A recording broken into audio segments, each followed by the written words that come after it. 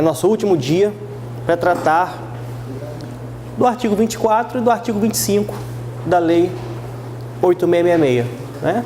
Que se trata da licitação dispensável e não mais da licitação dispensada, que foi ontem, né? E ainda inexigibilidade. Vamos começar só falando da inexigibilidade.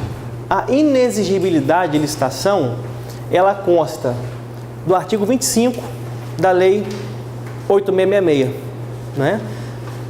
Ontem eu havia dito que a dispensa de licitação, ela se baseia em critérios, digamos assim, mais fechados, né? A própria numeração das hipóteses de dispensa de licitação na Lei 8666, assim como as hipóteses de licitação dispensada, são hipóteses taxativas, ou seja, não se faz dispensa se não constar do rol ou da Lei 8666 ou de outra lei, né, que ele faça às vezes. Em relação à inexigibilidade, é um pouco diferente. Por quê? O primeiro conceito que a nossa lei traz, que está logo aqui no caput do artigo 25, é o seguinte: é inexigível a licitação quando houver inviabilidade de competição. A gente pode notar, pela simples redação do artigo 25, que as hipóteses de inexigibilidade, elas não são taxativas. Por quê? Olha a expressão em especial. O que a lei quis dizer é o seguinte: é inexigível a licitação quando houver inviabilidade de competição. Se ela tivesse parado por aí, já passaria a informação, né, necessária. Ela ligou a inviabilidade de competição com a inexigibilidade. Agora, sempre que a gente escuta falar em inviabilidade de competição, qual é a primeira coisa que a gente imagina? Só tem uma pessoa, só tem uma empresa capaz de prestar aquele serviço, executar aquele objeto. Olha, esse de fato é uma das situações de inexigibilidade, mas ele não esgota todas as situações, né? Nós podemos verificar o seguinte: basicamente nós teríamos aí 3 situações, vamos colocar assim, que a gente pode visualizar quando pensa em inviabilidade de competição. 3 noções, digamos assim. Não estou tratando ainda das hipóteses da lei, aqueles 3 incisos que vamos ver daqui a pouco, né? Mas eu estou abstraindo, não é, do que seria uma inviabilidade de competição. E eu tenho 3 situações que eu consigo visualizar muito claramente. Uma dessas situações é quando, de fato, eu tenho só uma pessoa, só uma empresa capaz de prestar aquele objeto que eu pretendo contratar. Por quê? Por alguma característica que aquele produto que ele detém é o que eu preciso, ou aquele serviço que ele presta, só ele que presta, né? Eu tenho uma singularidade, mas sob o aspecto de só ter um fornecedor, só ter um prestador. Mas eu também posso ver a inviabilidade de competição sob a ótica de ter mais de um prestador, mais de uma figura capaz de prestar aquele serviço, de executar aquele contrato, só que, devido à singularidade daquele objeto, não tem como eu mensurar os dois. Só um exemplo rápido: vou contratar um show, né? Vou contratar um artista para cantar na festa da cidade, né? Essas hipóteses de contratação de artista, né, claro, desde que regrada, tem a previsão aqui legal. Nesse caso, eu vou contratar, vou imaginar, Ivete Sangalo, né? Por quê? Porque a competição é inviável. Agora eu te pergunto: só a Ivete Sangalo poderia cantar na festa da cidade? Não. Será que se eu chamasse Cláudia Leite, né? Fala outro artista baiano aí que eu não Daniela Mercury, também, né? São artistas que poderiam prestar aquele serviço, né? Então a inviabilidade de competição não é só quando eu tenho só um, né? Eu posso ter mais de um, capaz de executar aquele objeto, mas não tem como eu mensurar, né? Vamos ver com mais detalhes essa situação depois. Outra situação também de inviabilidade é o chamado credenciamento, né? A licitação, ela estampa uma relação de exclusão, não é? O poder público, de todas as empresas, ele escolhe uma, né, por meio desse processo seletivo que é a licitação pública. Quando eu tenho credenciamento, é o contrário.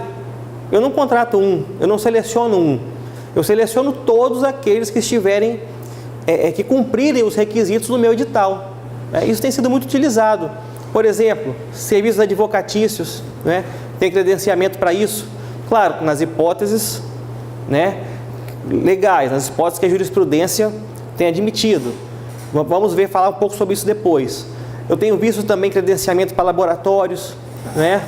Eu vi um caso do TCU muito interessante. Uma autarquia, se não me engano, era a autarquia federal. Ela fornecia para os seus empregados, para os seus servidores, curso de línguas, por exemplo. Só que era o próprio empregado que escolhia onde ele queria fazer o curso. Então ela credenciava aquelas instituições, né, de idiomas, e o próprio empregado, por uma questão de comodidade, por uma questão de achar que a metodologia de um ou de outro é melhor, ele escolhia, né, e a própria instituição depois efetuava o pagamento para aquelas empresas que estavam credenciadas, para aquelas instituições que foram por elas credenciadas. Então, no credenciamento, se eu posso contratar todo mundo, né, a lógica é essa. Por que eu contrataria só um? Então podemos visualizar essas três situações. Só tem um capaz de executar o contrato, executar o objeto. Tenho todos capazes, e isso é mais conveniente para a administração, que é o credenciamento. Ou o meu objeto é singular de uma forma que não me permite comparar as propostas, né? Não me permite comparar qual solução seria que melhor atenderia ao interesse público, não é? Como eu já falei, isso é importante que seja frisado, o artigo 25, ele traz 3 incisos, que são os 3 exemplos, vamos chamar assim, de inexigibilidade. Porque esses 3 exemplos, eles não esgotam o assunto, né? Vamos imaginar, aquele caso que eu contei para vocês ontem, um gestor público, se ele acordar um dia com muita vontade de licitar, mas a competição for inviável, ele não vai conseguir licitar. O máximo que ele vai poder fazer é uma simulação, né? É uma licitação falsa. Ele vai lançar a licitação, só que não vem ninguém. Ou, se alguém tiver condições de vir, vai vir um só, né, que seria o único, de fato, que conseguiria executar esse objeto. Então, isso acontece? Acontece. Muito gestor público com receio de se utilizar dos dispositivos da lei, dos dispositivos de inexigibilidade, ele tem convicção que o serviço é inexigível, mas ele não quer, vamos colocar assim entre aspas, dar a cara a tapa, né? Então ele prefere lançar um edital que ele sabe que vai ser deserto, ou que vai fracassar, né? Então a primeira situação, o primeiro exemplo que nós temos de inexigibilidade de licitação é o exemplo, digamos assim, mais clássico, né? É a primeira coisa que se imagina quando se fala em inviabilidade de competição. Está na tela. Para aquisição de materiais, equipamentos ou gêneros que só possam ser fornecidos por produtor, empresa ou representante comercial exclusivo, vedada a preferência de marca, devendo a comprovação de exclusividade ser feita através de atestado fornecido pelo órgão de registro do comércio, do local em que se realizaria a licitação, ou a obra ou serviço, pelo sindicato, federação ou confederação patronal, ou ainda pelas entidades equivalentes, né? Tem muitas observações a serem feitas em relação a esse inciso, né? Eu, particularmente, eu não gosto muito da redação dele. Por quê? Se você reparar bem, ele começa falando em aquisição.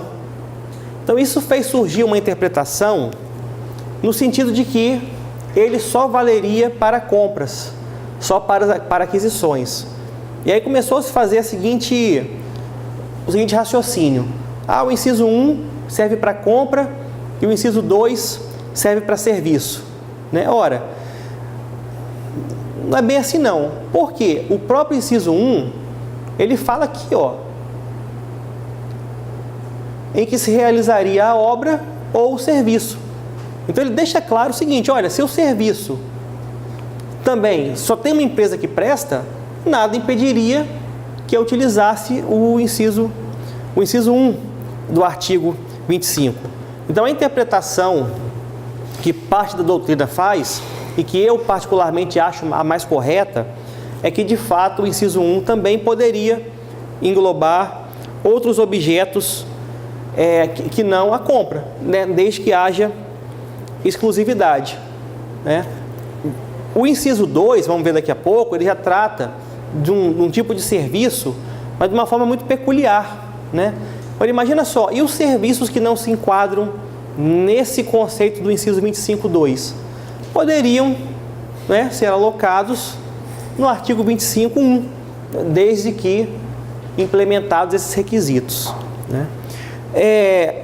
Uma observação importante a ser feita é o seguinte: o critério, nós vemos aqui o critério que foi escolhido pelo legislador para comprovar a exclusividade, não é um critério muito bom.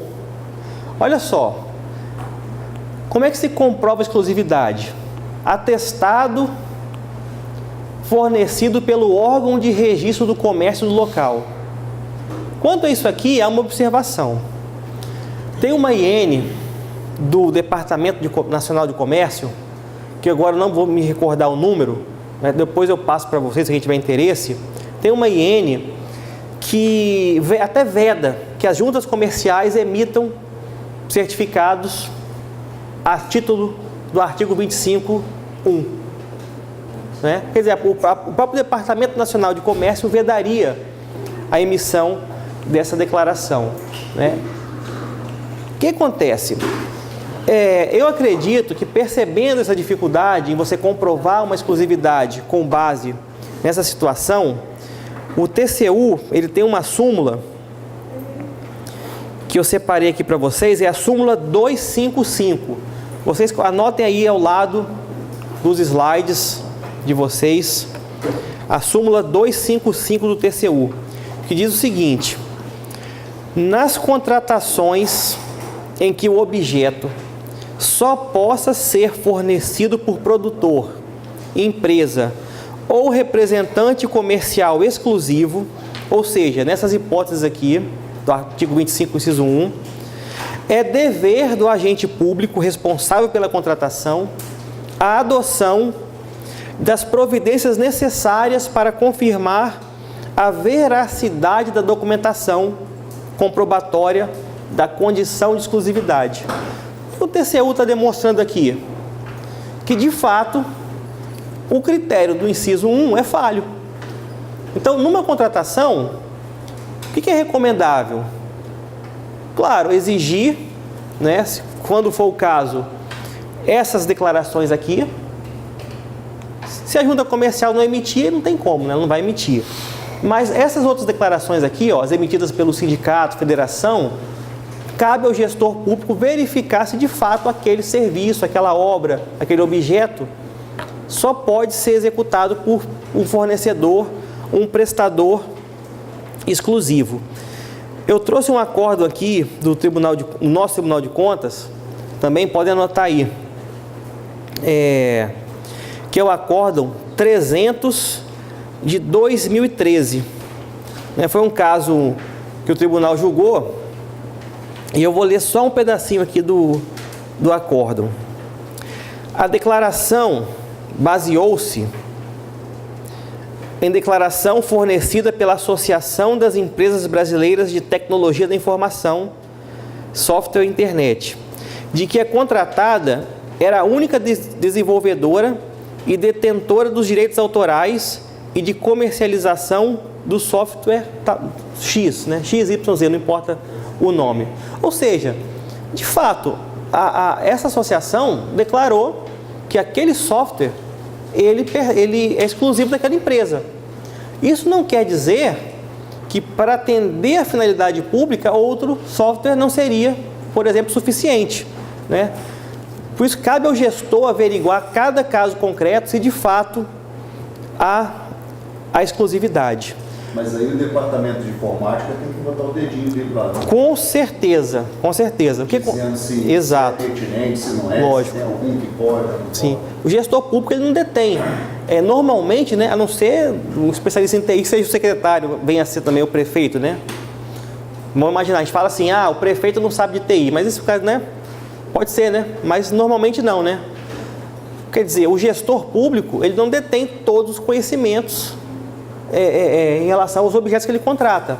Cabe, de fato, ao departamento de informática, à gerência de informática, o órgão que o valha, verificar, de fato, essa condição. Um ponto crucial em relação ao inciso 1, que é o inciso da exclusividade, isso é crucial mesmo, é a descrição do objeto. Aliás, toda licitação, toda contratação, uma das etapas mais importantes que é realizada ainda na fase interna e que é crucial para o sucesso ou para o fracasso da licitação é a descrição do objeto. Uma descrição do objeto indevida, né, com fatores não pertinentes, com fatores supérfluos, ela pode direcionar uma licitação, se for caso de licitação, né, ou pode, se for caso de se o gestor utilizar a inegibilidade, pode levar o gestor a cometer o equívoco de inexigir a licitação quando na verdade não era o caso. Vou dar um exemplo aqui rápido para vocês. Vamos imaginar impressoras, por exemplo, impressora multifuncional. Pode ser que o órgão exija que aquela impressora imprima 100 páginas por minuto. Não sei se é muito, não sei se é pouco, eu não sou especialista na área, mas vamos imaginar, 100 páginas por minuto. Esse requisito, ele pode muito bem comprovar que aquele requisito é necessário. O órgão tem uma demanda muito alta de impressões, né? Pode ser que ele justifique aquela necessidade. Pode ser que sim, pode ser que não, vai depender do caso concreto. Agora, se ele começa a exigir, por exemplo, essa impressora tem que ser na cor grafite, né? O botão que liga tem que ser verde. Olha, são condições secundárias que não guardam relação com... Não tem uma relação de importância para com o objeto. É algo supérfluo, né? Então, se você começa a descrever o seu objeto de forma muito especificada, a ponto de restringir a competição, se a gente for olhar bem, todo objeto é singular, né? Esse microfone, por exemplo, se eu medir esse microfone, tem que ter esse mesmo tamanho, esse mesmo diâmetro, esse botãozinho aqui tem que estar nessa altura, vai acabar que só esse microfone vai atender a finalidade que eu tô contratando, né? Então tem que ter muito cuidado na hora de descrever o objeto, no sentido de verificar se de fato aquele é o único que atende ao interesse público. Nesse caso que o tribunal julgou, que eu li para vocês, o Acórdão 300, o caso foi esse. De fato, aquele software era exclusivo, né? Só aquela empresa fornecia aquele software. Mas existiam, né? Não sei se existe ainda, não importa, outros softwares que também atenderiam à finalidade pública, né? Então, o crucial em relação a essa exclusividade é uma correta descrição do objeto. O segundo ponto aqui, a segunda hipótese, ou melhor, eu até prefiro chamar de exemplo, né? Porque a lei está exemplificando. O segundo exemplo de licitação inexigível é o inciso 2, né? Que é destinado para a contratação de serviços técnicos enumerados no artigo 13 desta lei, de natureza singular, com profissionais ou empresas de notória especialização, vedada a inexigibilidade para serviços de publicidade e divulgação. O que é importante a respeito desse inciso? Ele faz referência, primeiramente, ao artigo 13 da Lei 8.666. Esse artigo 13, ele define, ele trata dos serviços técnicos profissionais. Agora, primeiramente, enquanto o artigo 25, 2, olha a expressão que ele usa, contratação de serviços técnicos, né? O artigo 13, quando vocês estiverem com calma lendo, vocês vão ver o seguinte, que a expressão que a lei usa é serviços técnicos profissionais especializados. Então, na verdade, esse serviço técnico aqui, como ele faz remissão ao artigo 13, a leitura tem que ser conjunta, né? Então, esse serviço técnico, ele se trata do serviço técnico profissional especializado. Está tudo no artigo 13? Olha, eu entendo que não. Eu também sou da linha, né? Eu estou falando esse meu nome, né? Não vi nenhum julgado do tribunal que corroborasse esse entendimento, mas eu sou de uma linha, já vi doutrina falando disso também, que o artigo 13 não esgotaria todos os assuntos, né? Se um determinado serviço não tiver no artigo 13 elencado lá, mas for técnico profissional especializado e de fato for singular, né, com profissionais ou empresas de notória especialização, eu também veria como possível esse entendimento. Aliás, o professor Joel Niebuhr, inclusive, tem um excelente livro de dispensa de licitação, excelente mesmo, recomendo. Todas as obras desse professor eu recomendo, são muito boas. Ele faz a seguinte análise. Olha só, se o artigo 13, se ele fosse taxativo, por que ele precisaria vedar aqui, ó, no próprio inciso 2, a inexigibilidade para serviço de publicidade e divulgação?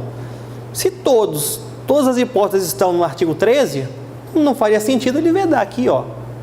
Isso não precisava estar aqui. Então ele tem essa interpretação que é bastante interessante. Agora, é claro, é óbvio que quando nós temos uma enumeração, quando o nosso caso concreto tiver perfeitamente congruência com o artigo 13, o gestor vai ter mais segurança, né, na hora de fazer a inexigibilidade. Quando o serviço não está no artigo 13, é preciso ponderar mais, né, se de fato aquele serviço é técnico especializado, né? O gestor vai ter um ônus aí maior na hora de comprovar, de fato, ele é passível de questionamento, vamos colocar assim, né? Se não tiver no artigo 13. Mas eu entendo que esse artigo 13, ele é exemplificativo. Eu trouxe também para vocês, primeiramente, o que é singular? Singular é algo especial, né? Você chegar para sua namorada assim, você é singular, um grande elogio, né? Você é singular, não tem ninguém igual a você, né? Isso é singularidade. No inciso 1 do artigo 25, nós também temos singularidade? Temos. Só que a singularidade do artigo 1 é um pouco diferente, do inciso 1, melhor dizendo, é diferente, porque lá a singularidade é ser único, é só ter aquele. A singularidade aqui do inciso 2 é um pouco diferente, né? A singularidade do inciso 2 impede a administração pública de comparar uma solução com a outra. Imagina só, vamos pegar aqui um exemplo clássico. Vou contratar um professor de direito administrativo para dar um curso aqui no tribunal sobre a lei nova que saiu, Lei 13.303, né? Então surgiu essa lei nova e é muito importante que o tribunal fique inteirado acerca dela. A gente vai fazer um evento aqui, né? E vai trazer um professor de fora. Imagina só, autor de direito administrativo é muito subjetivo, né? Cada um tem uma preferência. Eu citei aqui Eli Lopes Meireles, que é um livro que eu gosto, tem gente que odeia, né? Maria Silvia, tem gente que gosta, tem gente que não gosta. Carvalho Filho, imagina, são vários autores. Professora Fernanda Marinella também tem um bom livro de direito administrativo. Então é um grande rol, é um rol muito grande de autores. Como comparar qual é o melhor? Né? Como comparar, como dizer, como definir qual seria o melhor professor para ser contratado pelo tribunal para dar um curso da lei nova, por exemplo. Querem mais outro exemplo? O CPC novo, né, que surgiu aí. O tribunal, ele aplica o CPC, né, nos processos do tribunal. Então, vamos contratar um autor. Mas vem cá, quem é o melhor? Quem é o melhor processualista do Brasil hoje? Quem melhor poderia atender ao tribunal? Uns vão dizer, Fred Didier, né, Eupídio Donizete, Humberto Teodoro Júnior, são vários autores, né? É muito difícil, Marcelo Abelha, aqui do estado, célebre autor capixaba, né? Tem outros também. É difícil você mensurar qual é o autor que melhor, qual é o professor que melhor prestaria aquele serviço. Não porque eu só tenho um, né? Se eu contratar o Marcelo Abelha, tenho certeza que ele vai dar um curso excepcional aqui. Se eu contratar o Eupídio Donizete, também não tem dúvidas que ele vai dar um show aqui, né? Não tem uma possibilidade apenas. Agora, como que eu vou comparar um serviço com o outro? Como eu vou dizer qual vai ser o melhor? De modo que, nessas situações, sendo singular o objeto, como é o caso aqui, o gestor tem que ser dado a ele uma margem de discricionariedade, né? Uma certa margem de preferência. Quando a gente fala de artista também, já é o inciso 2, mas já vou aproveitar e já vou falar aqui. Quem é o melhor cantor do Brasil? Roberto Carlos. E Roberto Carlos, ó. Roberto Carlos, seu quase xará, né? Seu quase xará. É opinião do colega. Tem gente que discorda. Eu acho um ótimo cantor, mas não é meu preferido. Mas realmente é um excelente artista, né? Eu gosto muito do Alceu Valença, por exemplo, Gilberto Gil, Caetano Veloso. São esses, né? Agora, quem é o melhor? Não tem como você comparar, né? Você até poderia enquadrar aqui no inciso 2 se não existe o inciso 3, né? Como o artista tem o inciso 3 próprio, você já não vai colocar aqui. Mas não é singular? Tem como comparar quem é o melhor, quem é o pior? Não tem como. Uma consultoria, por exemplo, isso vai muito da confiança.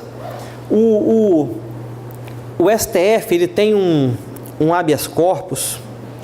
Deixa eu ver se eu coloquei aqui ou se eu cometi o vacilo. Não, tá aqui, ó.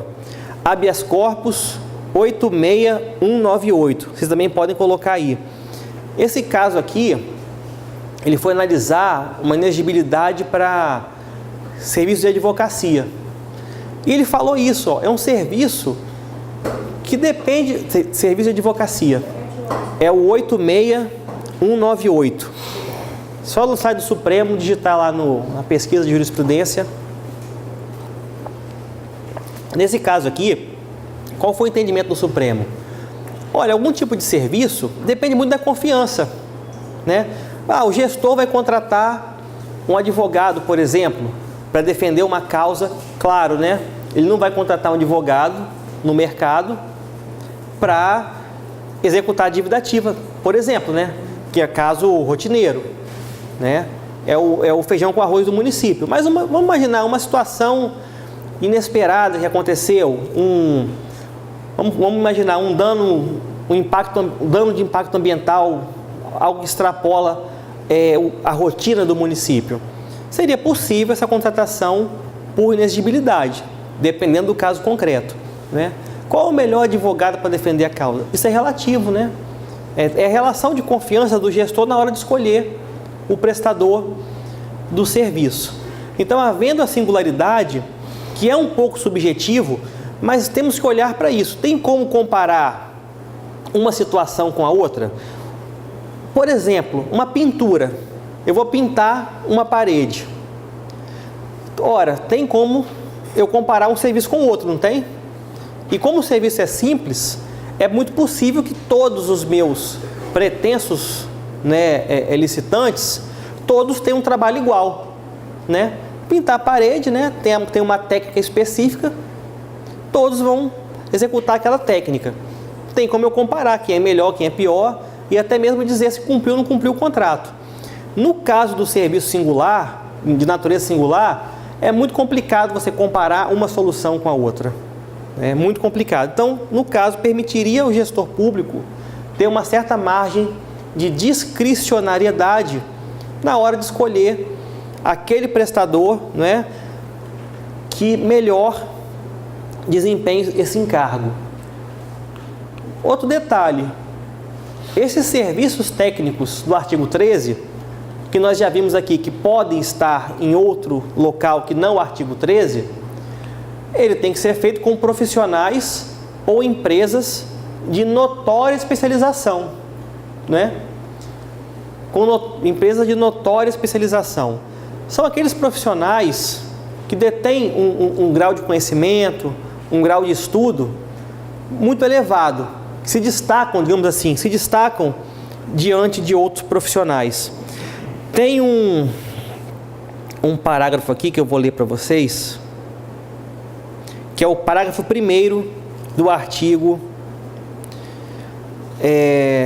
25. Diz o seguinte: considera-se de notória especialização o profissional ou empresa cujo conceito no campo de sua especialidade, decorrente de desempenho anterior, estudos, experiências, publicações, organização, aparelhamento, equipe técnica ou de outros requisitos relacionados com suas atividades, permita inferir que o seu trabalho é essencial e indiscutivelmente o mais adequado à plena satisfação do objeto do contrato.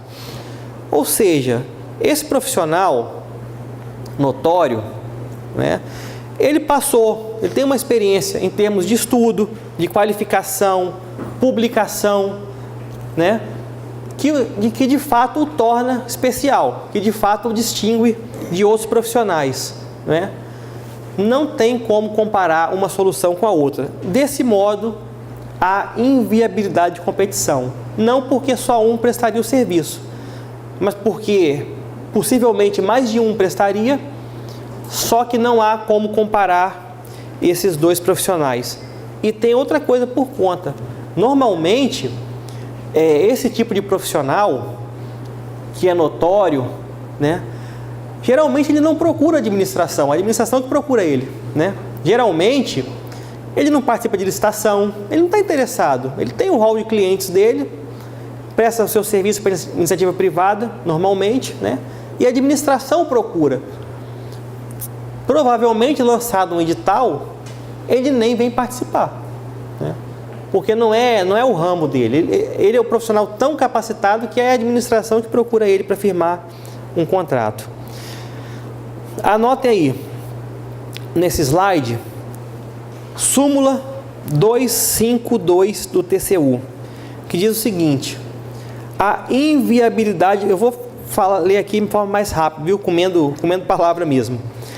A inviabilidade do inciso 2 decorre da presença simultânea de 3 requisitos, ou seja, não é um requisito ou outro, são 3, que é o serviço técnico especializado, entre os mencionados no artigo 13 da referida lei. Quer ver, já dá a entender que ela tem uma visão mais restrita, né, em relação ao artigo 13. Natureza singular do serviço e notória especialização do contratado. São os requisitos que o TCU considera que tem que estar de forma conjunta no caso concreto. Não é um ou outro. Não é ou o serviço é singular ou o profissional é notório. Imagina a seguinte situação: eu vou pintar um muro, e aí eu contrato um profissional notório que tem pós-doutorado em Direito. Ora, o pós-doutorado em Direito dele tem alguma relação com pintar um muro? Não, né? De modo que o serviço também tem que ser sofisticado. Tem que ser um serviço técnico profissional. Como eu falei, há autores que entendem que o artigo 13 ele não enclausularia todas as situações, né, de serviços técnicos profissionais, e há entendimentos ao contrário, né? Eu particularmente, falei minha opinião pessoal, que não é do tribunal, não posso falar em nome do tribunal, né?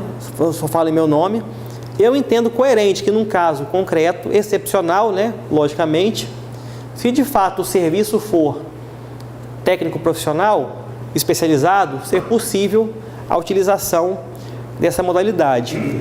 Claro, né, desde que o gestor tome todas as cautelas devidas, né, passe pela procuradoria, né, procuradoria dê a sua autorização, é importante, controladoria, controle interno, né,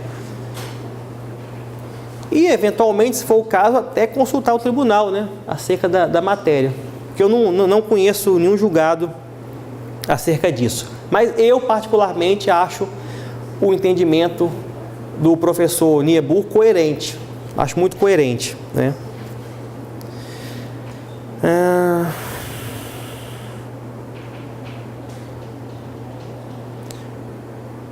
Então, como eu falei, vamos lá. Se o serviço for técnico especializado, mas não for singular, tem que ser licitado.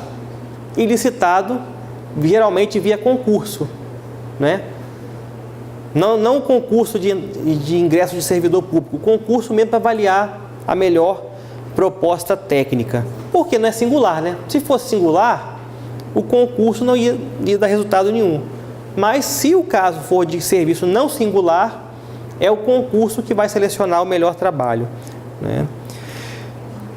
Se o serviço não for técnico especializado, vamos imaginar assim, isso é difícil acontecer na prática, mas vamos pensar nesse exemplo.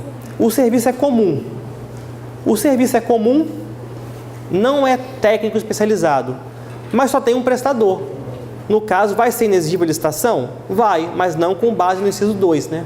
Com base no inciso 1.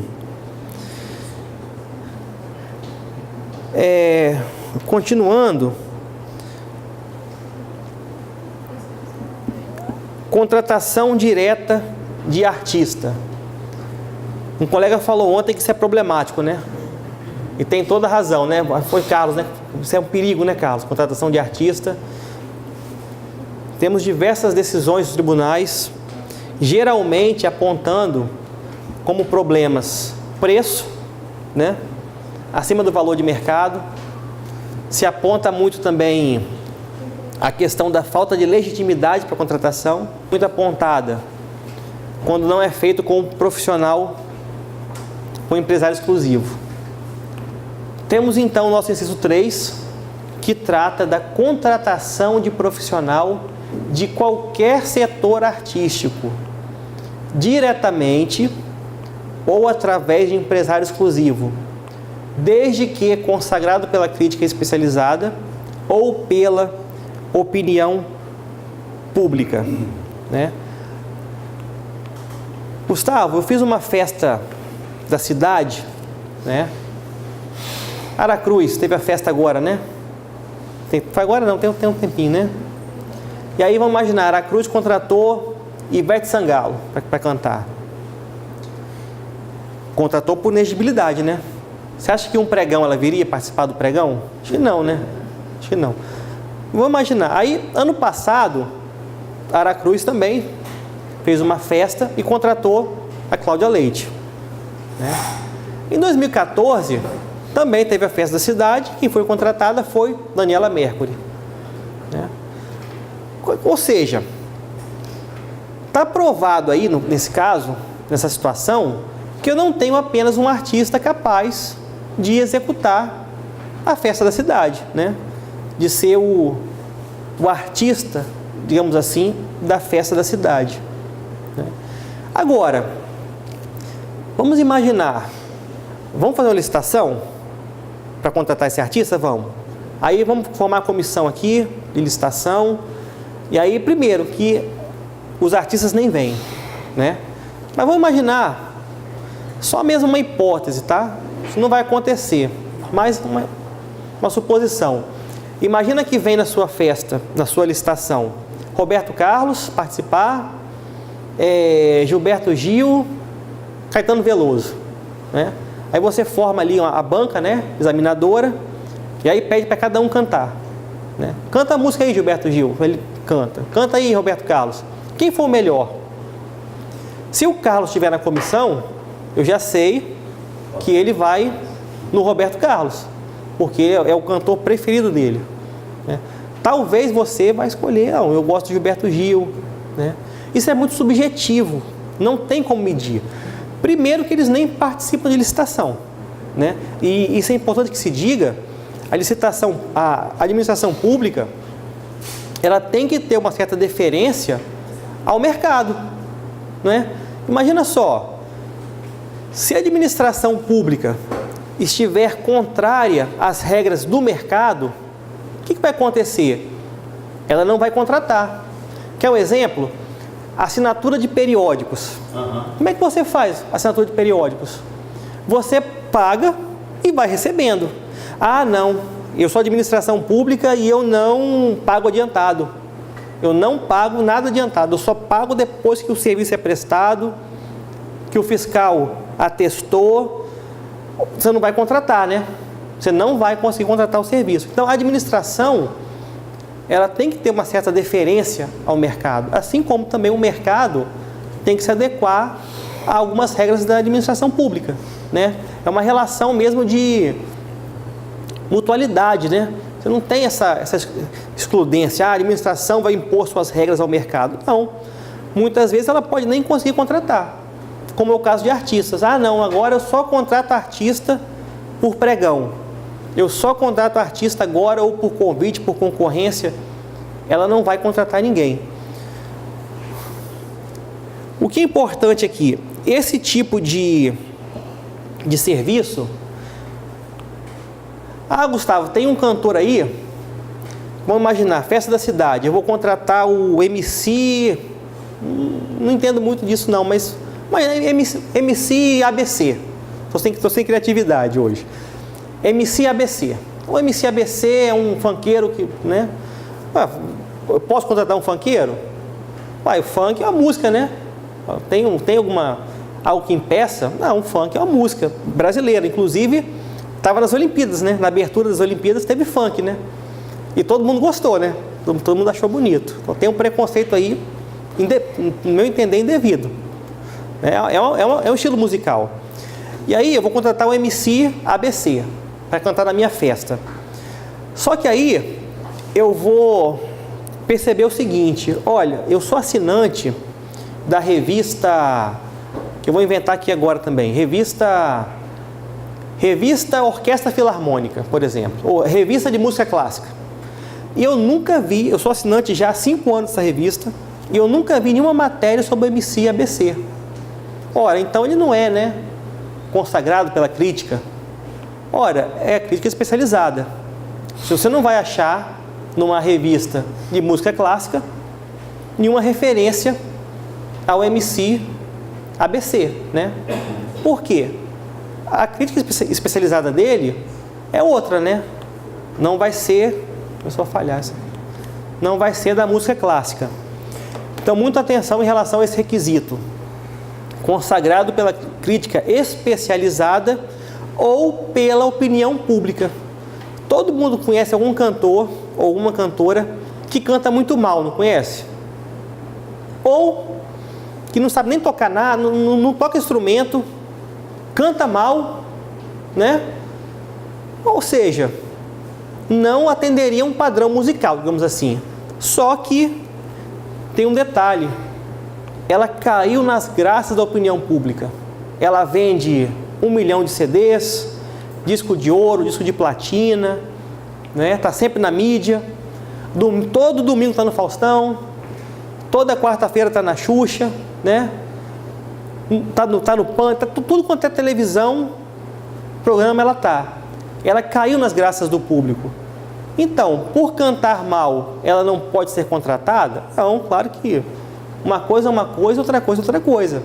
Ela pode ser consagrada ou pela crítica especializada ou pela opinião pública, né? A opinião pública se baseia em critérios muito subjetivos, né?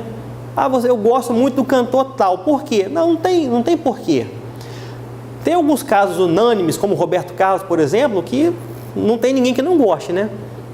Ou poucas pessoas não gostariam. Agora, há outros tipos de artistas que é muito subjetivo. Tem gente que adora, tem gente que odeia, né? Então isso tudo é muito relativo. Como eu falei antes, tem que ter alguns cuidados importantes, que é o seguinte: eu já vi caso aqui no tribunal, não trouxe para vocês o número do acórdão, mas eu já vi caso assim. Agora me deu uma dúvida agora, não sei se foi nesse tribunal ou foi em outro. Eu acho que foi aqui, se não me engano foi aqui. Um município contratou uma banda, um artista, para alguma festa, por inexigibilidade, né? Claro. E no bojo desse contrato, esse município falou assim: ó, aproveita que você vem cantar, traz o palco, a iluminação, a segurança do evento, você faz tudo.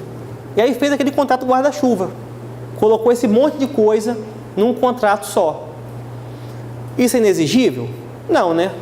Inexigível é o trabalho do artista, não é? O palco, a iluminação, né? A segurança do show, isso, do evento, isso tudo tem que ser licitado, né? Não há dúvida nenhuma quanto a isso. Então, nesse caso aí, o tribunal analisou um caso desse. Outra coisa, isso é o que mais tem sido questionado, é esse requisito aqui, ó: diretamente ou através de empresário exclusivo. O que acontece? Os órgãos de controle começaram a perceber que alguns artistas, quando apresentavam a sua carta de exclusividade, você pegava lá o contrato dele que ele firmou com o empresário tal.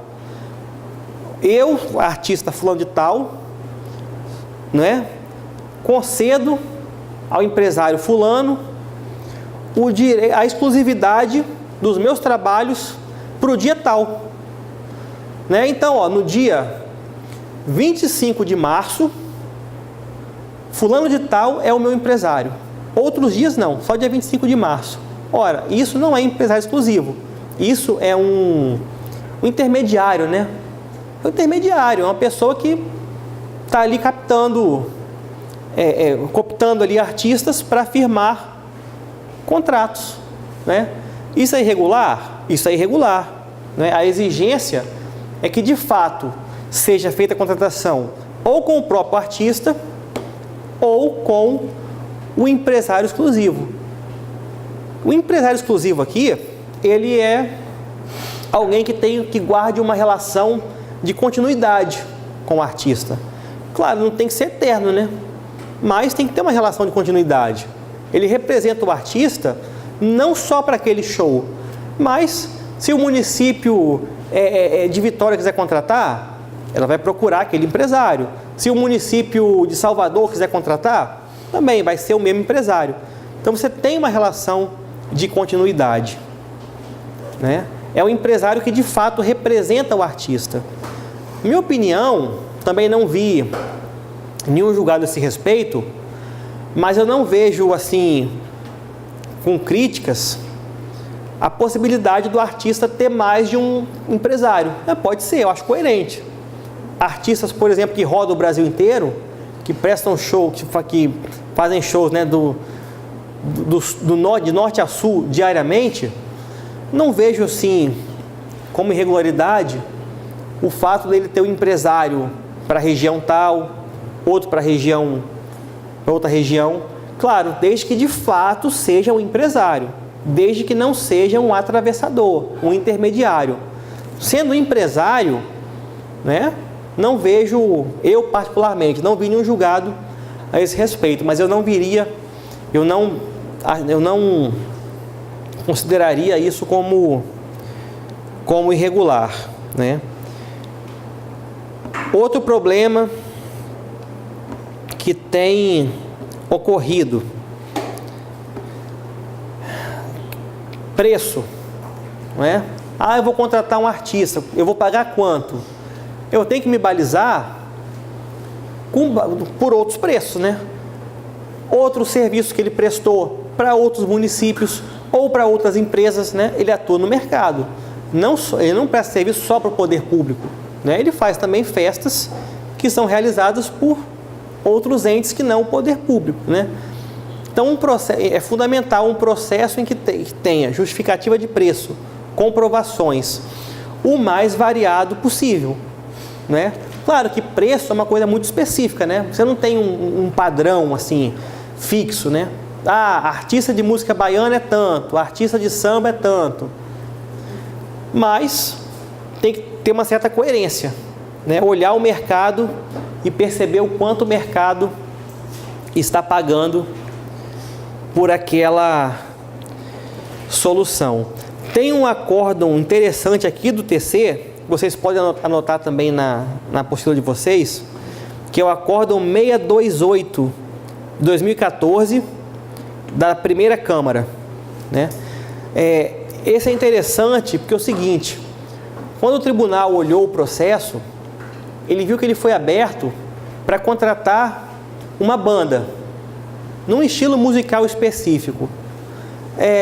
Qual banda? Qualquer uma. Olha, eu quero uma banda, vamos imaginar, samba. Eu quero um grupo de pagode para a festa da cidade, porque o pagode é a música que o pessoal mais curte aqui na cidade, né? Qual banda de pagode? Qualquer uma, não importa. Ora, quando ele quer qualquer uma, ele não está, né? Ele não está indo o quê?